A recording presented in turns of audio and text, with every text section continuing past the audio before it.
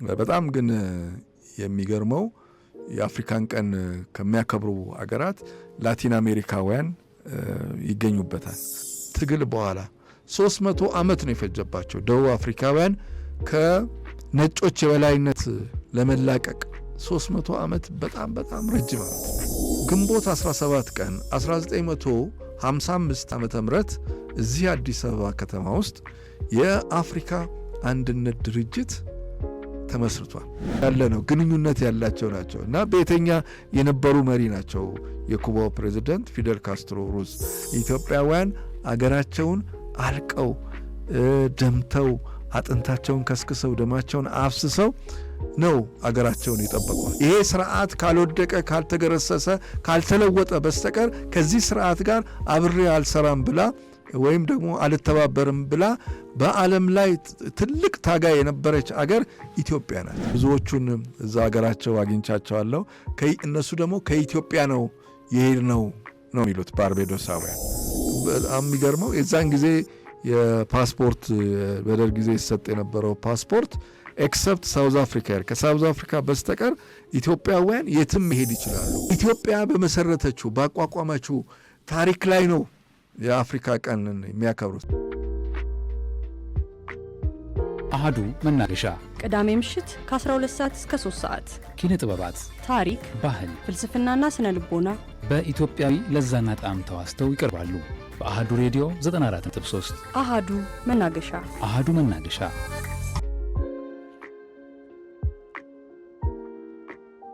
ሰሞኑን እንግዲህ የአፍሪካ ቀን በተለያዩ ሀገራት እየተከበረ ይገኛል። እዚህ አዲስ አበባ ውስጥ ያሉ ኤምባሲዎቻችንም እያከበሩ ነው የሚገኙት የአፍሪካ ቀንን። በጣም ግን የሚገርመው የአፍሪካን ቀን ከሚያከብሩ አገራት ላቲን አሜሪካውያን ይገኙበታል። ላቲኖች እንግዲህ ላቲን አሜሪካ የደቡብ አሜሪካ ሀገራት በጣም በርቀት ከአፍሪካ አህጉር በርቀት የሚገኙ ከአትላንቲክ ውቅያኖስ ባሻገር ማዶ የሚገኙ ናቸውና እነሱም የአፍሪካ ቀን የሚለውን እያከበሩ በሀገራቸውም ያከብራሉ። እንደገናም ደግሞ እዚህ አዲስ አበባ ውስጥ ባሉ ኤምባሲዎቻቸው ወይም ደግሞ በተለያዩ የአፍሪካ ሀገርም እና በዓለም ላይ ባሉ ኤምባሲዎቻቸው የአፍሪካ ቀን ብለው ያከብራሉ። ከነዚህ ውስጥ እንግዲህ በዋነኝነት የሚጠቀሱት ቬኔዙዌላ፣ ኩባ፣ እነ ሜክሲኮ፣ እነ ኒካራጓይ እና እነ ኮሎምቢያን የመሳሰሉ ሀገራት የአፍሪካን ቀን ያከብራሉ። ከነሱ ደግሞ ባልተናነሰ እዛው የአትላንቲክ ውቅያኖስ ላይ የደሴት አገራት የሆኑት ደግሞ እንደነ ኩባን ጨምሮ ማለት ነው ኩባ፣ ባርቤዶስ፣ ሄይቲና ጃማይካ እነዚህ ሀገራት አይላንዶች ናቸው፣ ትንሽ አገሮች ናቸው።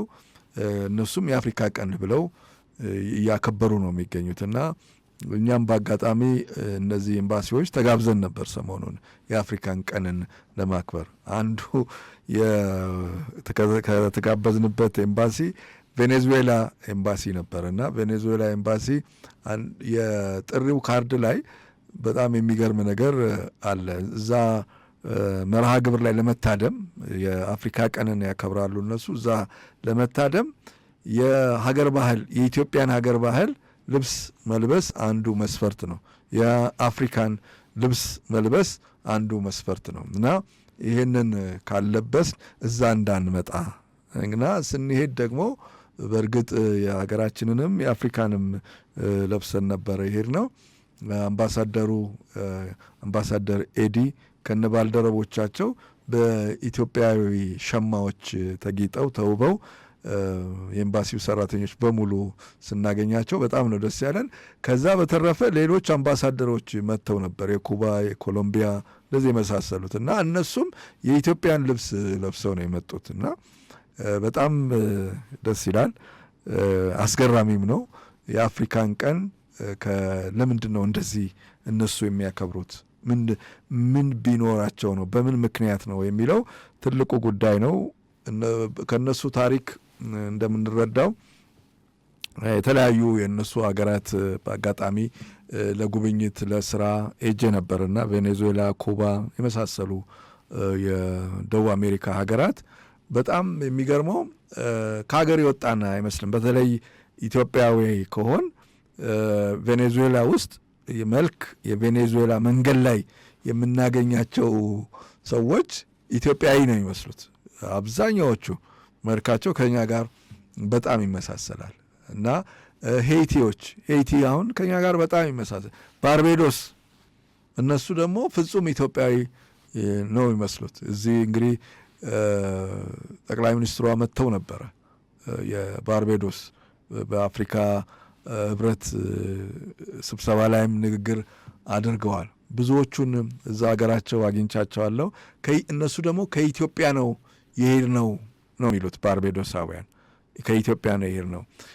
እንደውም እኔን እዚህ ካስተማሩኝ ሰዎች አንዱ ነፍሱን ይማረውና ፕሮፌሰር አቢይ ፎርድ እዚያ ኢትዮጵያ ውስጥ ተወልዶ ያደገ ነው። ቤተሰቦቹ ከባርቤዶስ ነው የመጡት። ከኢጣሊያ ወረራ በፊት የመጡ ናቸው። ወደ ሀገራችን ወደ አፍሪካ ወደ ኢትዮጵያ እንሄድ ብለው የመጡ ናቸው። የመጀመሪያዎቹን ትምህርት ቤቶች ያሰሩት የፕሮፌሰር አቢይ ፎርድ ቤተሰቦች እናት አባት ናቸው እና ፕሮፌሰር አቢይ ፎርድ ሃዋርድ ዩኒቨርሲቲ ውስጥም መምህር የኮሚኒኬሽን፣ የጋዜጠኝነት፣ የፊልም ሲኒማቶግራፊ መምህር የነበረ ነውና አንተ ምለው በጣም ስለምቀርበው መምህሬ ስለነበረ ነው ነፍሱን ይማረውና እሱ አሁን እዚሁ አዲስ አበባ ተወልዶ ያደገ ነው። የኢትዮጵያን ታሪክ ወግ ባህል የሚያውቅ ነው።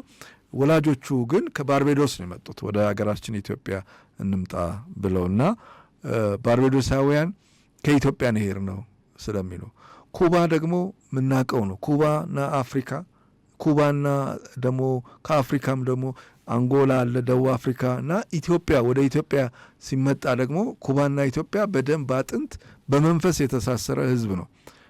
ከበርካታ ኩባውያን ወጣቶች በሶማሊያ ጦርነት ጊዜ ወደ ኢትዮጵያ መጥተው ከኢትዮጵያ ሰራዊት ጋር ተሰልፈው የህይወታቸውን መስዋዕት የሆኑ ናቸው። ህይወታቸውን የሰጡ ናቸው ለኢትዮጵያ አትወረርም በሚል ማለት ነው።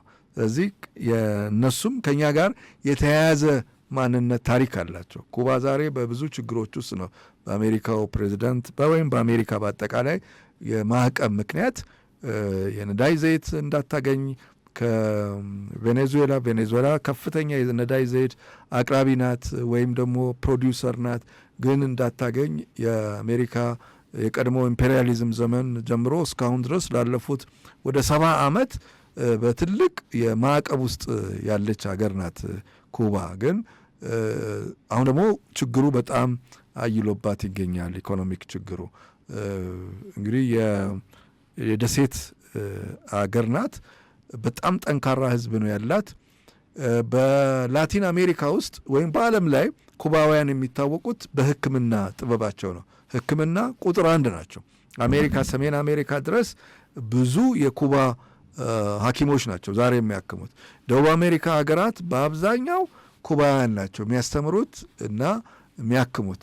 በተለያዩ ሀገራት ደግሞ ጉዞ አድርገው እየተጋበዙም ያክማሉ። ሕክምና ቁጥር 1 ጥበባቸው ነው። ለሕክምና ኩባ ውስጥ አይከፈልም። ሕክምና ነፃ ነው ለዜጋቸው። በጣም የሚገርማል። ትምህርት ነፃ ነው ኩባ ውስጥ። ቬኔዙዌላም እንደዛ ነው፣ ከኩባ ተምረው ማለት ነው። እና እንዲህ አይነት አገር ናት። ለኢትዮጵያ መታ ፊደል ካስትሮ የኩባ ፕሬዚደንት የነበሩት በተደጋጋሚ ኢትዮጵያ ውስጥ ይመጡ ነበረ እና እስከ ጦር ሜዳ ድረስ እስከ ሐረር፣ ድሬዳዋ፣ ጅጅጋ ድረስ ሄደው ጉብኝት ያደርጉ ነበረ እና በኢትዮጵያን የተለያዩ ሰዎች ቤት ውስጥ ሁሉ ታሪካቸው ያለ ነው፣ ግንኙነት ያላቸው ናቸው እና ቤተኛ የነበሩ መሪ ናቸው የኩባው ፕሬዚደንት ፊደል ካስትሮ ሩዝ። ወደ 5000 የሚጠጉ ኢትዮጵያውያን ልጆችን ወስደው ደግሞ በሀገራቸው ኩባ ሃቫና ውስጥና ሌሎች ከተሞች ውስጥ አስተምረው ለወግ ለማዕረግ አብቅተው ወደ ሀገራቸው ወደ ኢትዮጵያ ደግሞ በክብር ያመጡ የመለሱ ዛሬ በብዙ ቦታዎች በሕክምናው፣ በሳይንሱ፣ በትምህርቱ ዓለም እነዚህ ኩባ ተማሪዎች ኢትዮጵያን እንዴት እያገለገሏት እንደሆኑ እና ትልቅ ውለታ ለኢትዮጵያ ያበረከቱ ናቸው ፊደል ካስትሮ ሮዝ እና በዚህ አጋጣሚ ስማቸውን ላንሳ ብዬ ነው እና አገራቸውንም አጋጣሚ እንግዲህ ለጥቂት ጊዜም ቢሆን ባያት በጣም በጣም ደስ ያለኝ ወቅት ነው። የዛን ጊዜ በጣም ብዙ ቱሪስቶች ይሄዳሉ። አውሮፕላኑ የምንሄድበት ከዚህ ከቱርክ ኢስታንቡል ተነስቶ ወደ ሃቫና ኩባ ይሄድ የነበረው ረጅም ርቀት ይሄድ የነበረው አውሮፕላን ሙሉ በሙሉ ማለት በሚቻል መልኩ ቱሪስቶች ነበሩ። በጣም እንግዲህ የደሴት አገር ናት እና ከአሜሪካ ከሰሜን አሜሪካ ጋር ከሚያሚ ፍሎሪዳ ጋር በጣም ቅርብ ከመሆኗም አንጻር ብዙ አሜሪካውያንም እየሄዱ ቱሪዝም እዛ ያሳልፋሉ። የቢች ዳር ከተማ ናት። እርሻ የሚያደገባት፣ ሕክምና ያደገባት፣ በጣም ጠንካራ ሕዝብ ያለባት የኢትዮጵያ በጣም ወዳጅ የሆነች አገር ናትና የቀድሞው የኢትዮጵያ ፕሬዚዳንት መንግስቱ ኃይለማርያም ትልቁን የኩባን ሽልማት እዛ ከተሸለሙ መሪዎች ግንባር ቀደም ቁጥር አንድ እሳቸው ናቸው እና ከኢትዮጵያ ጋር ብዙ ግንኙነት ያላት ናት። የአፍሪካ ቀንን ታከብራለች። የአፍሪካ ቀን እንግዲህ ለምንድን ነው እነዚህ ኩባውያን ወይም ደግሞ ላቲኖች እና የካሪቢያን ደሴት ሀገራት ካሪቢያን ነው የሚባሉት እነ ኩባ እና የካሪቢያን ደሴት ሀገራት ለምንድን ነው የሚያከብሩት ብለን ስንጠይቅ ዋናው ምክንያት ግንቦት 17 ቀን 1955 ዓመተ ምህረት እዚህ አዲስ አበባ ከተማ ውስጥ የአፍሪካ አንድነት ድርጅት ተመስርቷል። 32 የነጻ የወጡ የአፍሪካ ሀገራትን ነው ኢትዮጵያ ሰብስባ የአፍሪካ አንድነት ድርጅትን የመሰረተችው እና በዛ ምስረት ወቅት አፍሪካ ለመጀመሪያ ጊዜ ነጻ መንግስታት ተገኝተውባት እነዚህ ነጻ መንግስታት ደግሞ ልዩ ልዩ ክፍፍሎች በውስጣቸው ቢኖርም ለምሳሌ የሞንሮቪያ ቡድን የሚባል አለ፣ የካዛብላንካ ቡድን የሚባል ነበረ ነጻ ከወጡ በኋላ። እነዚህን ወደ አንድነት አምጥቶ የአፍሪካ አንድነት ድርጅትን መመስረት በጣም በጣም ከባድ ነበረ። በጣም ከባድ ያንን ከባድ የቤት ስራ አፍሪካዊ ስራ የሰራችና ሕያው ተግባራዊ ያደረገች ኢትዮጵያ በመሆኗና አፍሪካውያን ነጻነታቸው በእርግጥ በጣም የታወጀበት ህብረታቸው የታወቀበት ከግንቦት 17 1955 ዓመተ ምህረት ጀምሮ ስለሆነ ይህን የአፍሪካ ቀን ብለው ነው ላቲኖች የሚያከብሩት። ስለዚህ ኢትዮጵያ በመሰረተችው ባቋቋመችው ታሪክ ላይ ነው የአፍሪካ ቀንን የሚያከብሩት። ስለዚህ የእኛን በዓል የኢትዮጵያውያንን በዓል ነው ላቲኖቹና የካሪቢያን ደሴት ሀገራት እያከበሩ ያሉት። ያ ግን ኢትዮጵያ በ1955 ግንቦት 17 ዓ ም የአፍሪካ አንድነት ድርጅትን መመስረቷ ነው። ስለዚህ ይሄ ኢትዮጵያ በመመስረቷ ምክንያት የአፍሪካ ቀን አፍሪካውያን የተሰባሰቡበት ወደ ትግላቸውን የበለጠ ያጠናከሩበት ጊዜ ነው።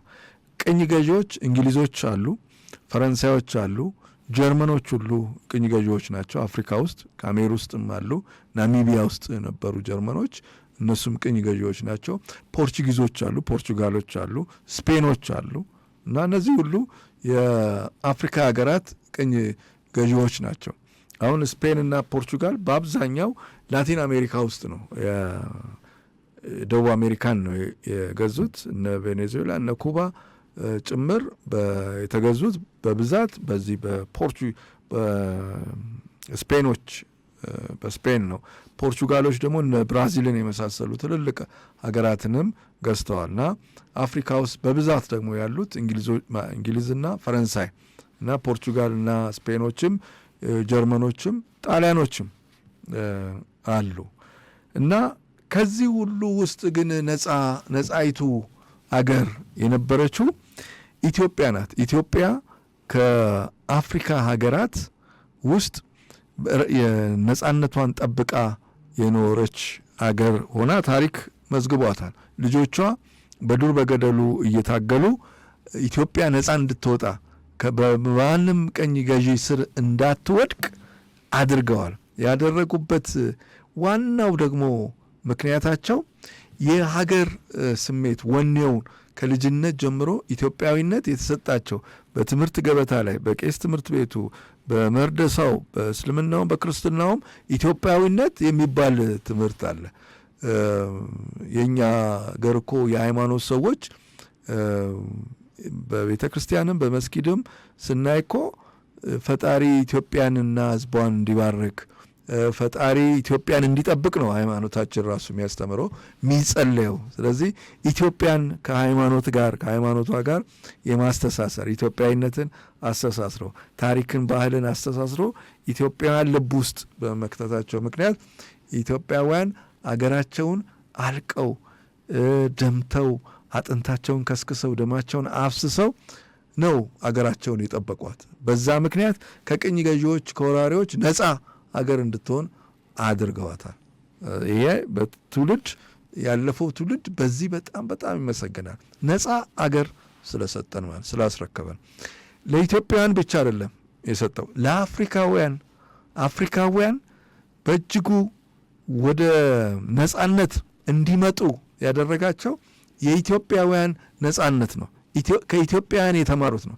መማር ብቻ አይደለም። ኢትዮጵያውያን ነፃ በመሆናቸው ደግሞ ቁጭ አላሉም። ሌሎች የአፍሪካ ሀገራት ነፃ እንዲወጡ ይታገሉ ነበር። ስለሚታገሉላቸው ነፃነታቸው እንዲከበር አደረጉ። ለምሳሌ የኬንያው የማኦማኦ እንቅስቃሴ ከእንግሊዞች ጋር ይደረግ የነበረውን ጦርነት ከእንግሊዝ ነፃ ለመውጣት ኬንያውያን የሚያደርጉትን ጦርነት ኢትዮጵያ በዋናነት ደጋፊ ነበረች። ትልቅ የመጠለያ ሸልተር ሰጥታ ለተዋጊዎቹ ከእንግሊዝ ነፃነት ለማግኘት ለሚዋጉት ኬንያውያን መጠለያ ሰጥታ የኬንያን ድል ያመጣች የኬንያን ነፃነት ያመጣች ናት። የኡጋንዳን እንበለው የዚምባብዌን አሁን ቅድም እንደገለጽ ዚምባብዌ ወደ 40 ሺህ ጦር 20 ሺህ ጦር አሰልጥና ያወጣች ናት። የዛኑ ፒኤፍ እና የዛፑ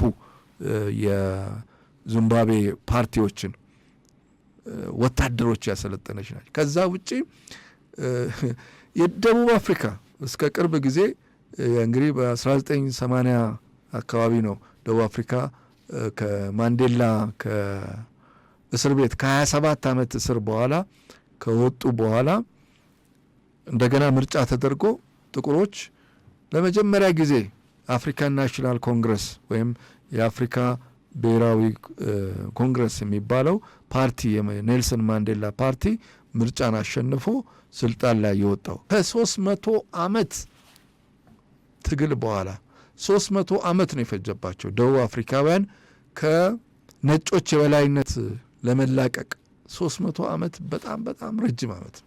የሰው ልጅ ወደ ባርነት ቀይረው የሰው ልጅ በቃ እንደማያስብ አድርገው ነጮቹ ደቡብ አፍሪካውያንን አንገላተው መከራ አሳይተው የገዙበት 300 ዓመት። የዛን ጊዜ ለደቡብ አፍሪካ ነጻነት ትታገል የነበረችው ዋነኛይቱ አገር ኢትዮጵያ ነበረች። ኢትዮጵያ ናት። እስከ ማንዴላ ከእስር እስከሚወጡ ድረስ ከንጉሥ አጼ ኃይለ ሥላሴ ጀምሮ እስከ ደርግ ድረስ የደቡብ አፍሪካ ታጋዮች ነበሩ። ለምሳሌ ንጉሱ ምንድን ነው ያደረጉት?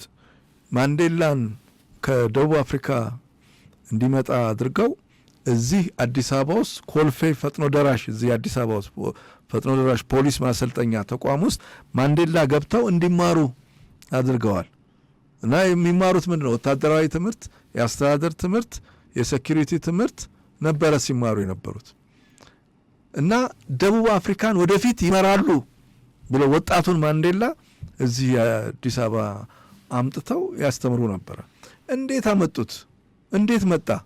በጣም ብዙ አስገራሚ ነገሮች አሉ። ፓስፖርት ሰጥቶ በኢትዮጵያዊ ፓስፖርት ነበር የተሰጠው። ማንዴላ የተሰጣቸው የኢትዮጵያዊ ፓስፖርት፣ ስማቸው ዴቪድ ማታሳዊ ተብሎ ስማቸው ተቀይሮ ስራቸው ጋዜጠኛ ተብሎ እና የቁመታቸው ምናቸው ተመዝግቦ በሌላ ስም ኢትዮጵያዊ ዜግነት ተደርገው ተሰጣቸው ፓስፖርት። ዓለም ላይ እንቀሳቀሱ የነበሩት በኢትዮጵያ ፓስፖርት ነው። ደቡብ አፍሪካዊው ኔልሰን ማንዴላ የዛን ጊዜ ደግሞ አሸባሪ ተብለው በአሸባሪ መዝገብ ውስጥ ተመዝግበው ነበር። በአሜሪካ በሲአይኤው መዝገብ ውስጥ አሸባሪ በተገኘበት የሚያዝ የሚገደል ሰው ነበሩ ማንዴላ። ነገር ግን ኢትዮጵያ ደግሞ ሸሽጋቸው እዚህ አዲስ አበባ ውስጥ ኮልፌ ፈጥኖ ደራሽ ፖሊስ ጣቢያ ውስጥ ታሰለጥናቸው ነበረ ደብቃ። ኢትዮጵያ የዛን ጊዜ ከአሜሪካ ጋር እኮ ወዳጅ ናት። ወዳጅ ሆና ከአሜሪካ ደብቃ ማለት ነው። እና ይሄ በጣም የሚገርም አፍሪካዊነት ስሜት ያለው ለአፍሪካ የሚያደላ ትልቅ ስራ ነው ንጉሱ የሰሩት። ከዛ ውጪም የደቡብ አፍሪካ የአፓርታይድ ስርዓት ስለሚባል የዘር መድሎ ስላለው ኢትዮጵያ ማዕቀብ የጣለችበት ስርዓት ነው የደቡብ አፍሪካው ስርዓት።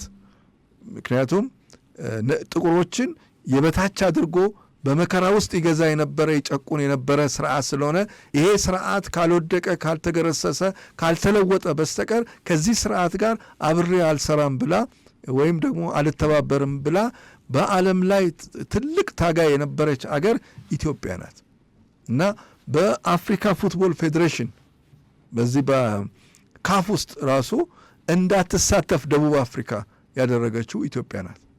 እነ ክቡር አቶ ይድነቃቸው ተሰማ የዛን ጊዜ የአፍሪካ ፉትቦል ፌዴሬሽን ፕሬዚደንት ነበሩ።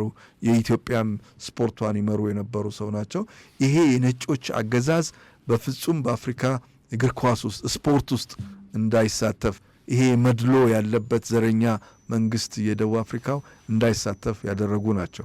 ከዛ ውጪ ኦሎምፒክንም አፍሪካን ወክሎ እንዳይሄድ ከአፍሪካ እንዳይመረጥ ያደረጉት። ይሄ ሁሉ የሚደረገው ለማን? ደቡብ አፍሪካ ነጻ እንድትወጣ። ነጻ የወጣችው ሀገር ኢትዮጵያ ወይም ኢትዮጵያ ነጻ አልወጣችም። ነጻ ሀገር ናት። ሲጀመርም ራሷን የድል ታሪክ ነው ያላት፣ የነጻነትም ታሪክ የላትም። ኢትዮጵያ የምታከብረው የነጻነት ቀንም የላትም። የድል ቀን ነው። በተሰማራችባቸው አውደ ውጊያዎች ሁሉ ጠላቶቿን ድል ያደረገች አገር ስለሆነች፣ ስለዚህ ደቡብ አፍሪካዊው ኔልሰን ማንዴላን እና ደቡብ አፍሪካንና ህዝቧን ነጻ እንዲወጡ ትልቅ አስተዋጽኦ ያደረገች ናት። ከንጉሱም ስርዓተ መንግስት ማብቂያ በኋላ የተተካው የደርግ መንግስት ምንም እንኳን ንጉሱን ቢገልም ንጉሱ ላይ ብዙ እርምጃ ቢወስድም ብዙ አሳዛኝ ነገሮችን ቢያደርግ ግን ደግሞ ለኢትዮጵያዊ ሴት ያላቸው በርካታ በጎ ስራዎችንም ደግሞ አስመዝግቦ ያለፈ ስርዓት ነው እና ከነዛ ውስጥ አንዱ ይሄ አፍሪካዊነት ስሜቱ ነው። ለሌሎች የአፍሪካ ሀገራት የመቆም ለሌሎች ነጻነት የመታገል ብቃቱ በጣም የሚገርም ነው። የኢትዮጵያ ጦር ሰራዊት ውስጥ አንዱና ትልቁ ዓላማ የነበረው የደቡብ አፍሪካን አፓርታይድ ስርዓት መጣል መገርሰስ የሚል ነበረ አንዱ ከያዙት ዓላማ እና በጣም ትልቅ የግራንድ የሆነ ዓላማ ነው። ደቡብ አፍሪካን ከነጮች አገዛዝ ነጻ ማውጣት የደርግ መንግስት ከያዛቸው ትልልቅ ፕሮጀክቶች አንዱ እሱ ነው እና በጣም የሚገርመው የዛን ጊዜ የፓስፖርት በደርግ ጊዜ ይሰጥ የነበረው ፓስፖርት ኤክሰፕት ሳውዝ አፍሪካ ከሳውዝ አፍሪካ በስተቀር ኢትዮጵያውያን የትም መሄድ ይችላሉ። ለምንድን ነው ሳውዝ አፍሪካ ማይሄዱት? እዛ ዘረኛ መንግስት የነጭ መንግስት እና ጥቁሮቹን የሚበድል በቀለማቸው በማንነታቸው የሚበድል መንግስት ስላለ እዛ መንግስት ጋር ግንኙነት ኢትዮጵያ የላትም በሚል ማዕቀብ በመጣል ነው። በስፖርቱም እንደዛው ቀጥሏል። በይድነቃቸው በደርግም ዘመን ስለመጡ ያ በስፖርቱም መድረክ አፍሪካን ወክላ ደቡብ አፍሪካ እንዳትመጣ ያ ስርዓት ክፉኛ ተከላክሏል። ስለዚህ ኢትዮጵያ ለአፍሪካ ነጻነት ያበረከተችው አስተዋጽኦ እጅግ ግዙፍ ነው። ማንዴላን ከደብቆ ከማስተማር በተጨማሪ ብዙ ምስጢራዊ ነገሮች አሁን በቀደም የተስፋዬ አበበ ክቡር ዶክተር ተስፋዬ አበበ ወይም ልጆቹ የጥበብ ልጆቹ ፋዘር የሚሉት የኪነ ጥበብ ባለሟል የዛን ጊዜ ወጣት ነበረ። ኔልሰን ማንዴላ እዚህ ኢትዮጵያ ውስጥ በነበረበት ጊዜ ጓደኛ ነበሩ። የሚላላከው አብሮ ያለው ምስጢረኛው ነበር ጋሽ ተስፋዬ እና ሻምበል ያኪን የሚባሉም እንደዚሁ ጠባቂዎች ነበሩ።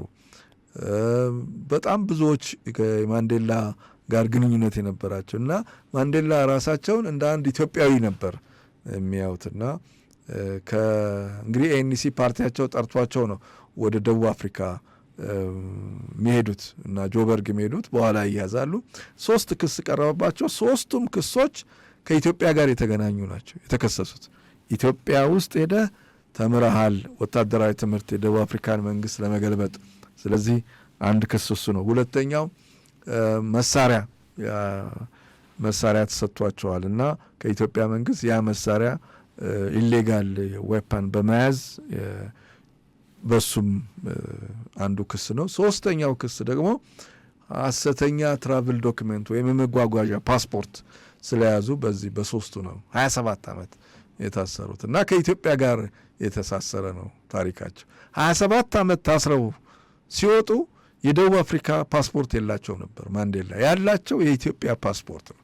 ከእስር ቤት እስከሚወጡ ድረስ ኢትዮጵያዊ ነበሩ። ከዛ በኋላ ነው ፓስፖርታቸው የደቡብ አፍሪካን ያገኙት። ይሄ እንግዲህ ምን ያህል ለአፍሪካ ነጻነት ኢትዮጵያ ትታገል እንደነበረች መግለጫ እንደ ምሳሌ አድርጌ ያቀረብኩት ነውና ኢትዮጵያ ናት ለአፍሪካ ነጻነት ከፍተኛውን አስተዋጽኦ ያደረገች፣ ለአፍሪካ ነጻነት ድል ብስራት ያመጣችና የአፍሪካ ቀን ተብሎ ሲታሰብ ኢትዮጵያ ማክበር አለባት። በሚቀጥለው ዓመት የኢትዮጵያ መንግስታችን ይሄን በዓል በዋናነት እንደ ሌሎቹ እንደ አድዋ እንደ የድል ቀን አድርገን የምናከብርበት መሆን አለበት። የኛ በዓል ነው። ኢትዮጵያውያን ናቸው ዓለምን ማሰባሰብ የሚገባቸው ብዬ ነው ማስበው። ይህን ደግሞ ይደረጋል የሚል እምነት አለኝ። በዋናነት የአፍሪካን ቀን ለማስታወስ ፈልጌ ነው።